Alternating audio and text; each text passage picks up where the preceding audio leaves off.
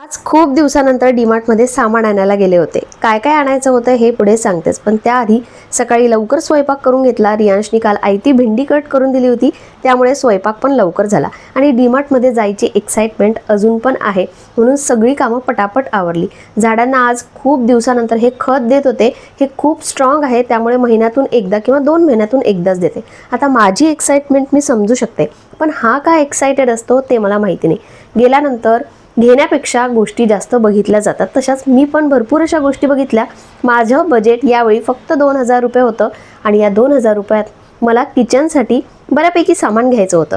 काही वस्तू मिळाल्या आहेत, काही वस्तू नाही मिळाल्या. ज्या नाही मिळाल्या तर नेक्स्ट टाइम जाण्यासाठी मी ठेवलेल्या आहेत. बाकी काय काय घेतलं ना हे मी तुमच्याशी पुढच्या व्हिडिओमध्ये शेअर करते. आता डीमार्टमध्ये गेल्यानंतर पॉपकॉर्न आणि सॉफ्टी खाल्ली नाही असं तर शक्यच नाही. सॉफ्टी मी सहसा खात नाही, पण यावेळी मला इतकी टेस्टी लागत होती ना, पण ती काही मला खायला मिळाली नाही. आता मी जे काही सामान आणलंय त्यात मी तर खुश आहे, पण आज रियांशनी पण चान्स मारून घेतला आणि त्याने पण थोडीशी शॉपिंग करून घेतली. चला आता पॉपकॉर्न खातो, त्यानंतर झाडू करून घेतला होता. म्हटलं रियांशला थोडी मदत कर.